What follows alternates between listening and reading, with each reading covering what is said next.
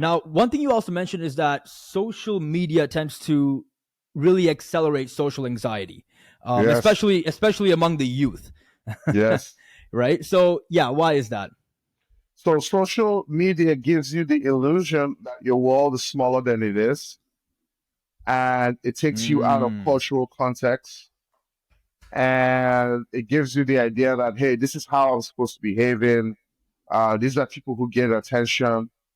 Uh, you know, it it's it creates this illusion as to what your life should be, and especially if you're socially awkward yeah.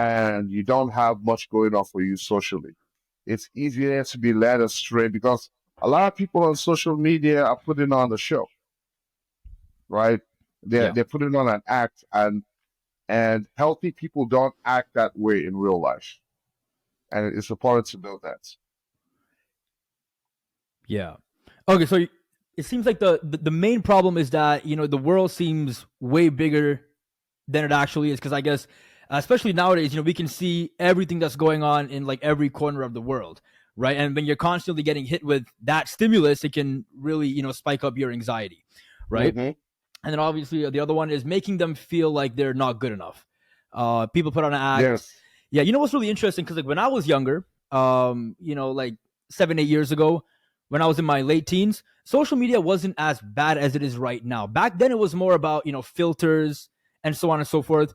But now the stimulation of social media has gone to a whole new level with like short form content. I'm not sure if you're on social media, but like the short form content has really taken that to a whole new level and so on and so forth. So social media is more So damaging short now. short form content is the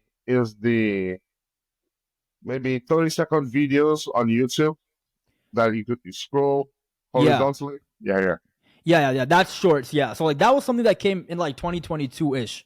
That wasn't really a thing back in the day, but like that tends to really spike up anxiety even more, because like content creators only have a certain amount of time to get your attention, right? So like you scroll on the video and it's just like something crazy going on over and over and over and over again. So it's gotten really bad. Now, because of that, what age do you think it's good for younger kids to get social media? Is there a certain age that you would really recommend, or not really? You know, between I would say 16, Hmm. do your best as possible to keep your kids out of social media. They, I don't allow my kids on social media. Um, uh, if I find out about it, I'll talk to them about it. But do your best to keep your kids off social media. If you catch a child on social media, go through what they're looking at and have a conversation with them about it, and encourage them to focus on what's going on in the immediate environment. Got it. Right? You can't. Hmm. It's not going to be 100% because kids go to school and they get influenced by their peers, Yeah. and somebody has a phone and say, "Hey, check this out," etc., etc. So it's important to have a strong relationship with your children, and so you can talk to them, especially when you notice how they dress and what's going on with them, who they're talking to on the phone, and stuff like that. So ideally, 16 is the time when they're mature enough, and then you can have a conversation with your kids about what they're watching on social media. Okay. And then like what would you really view as social media? Is it just like Instagram, Twitter, and so on, or like would YouTube be a part of that as well? I'll put YouTube as social media as well.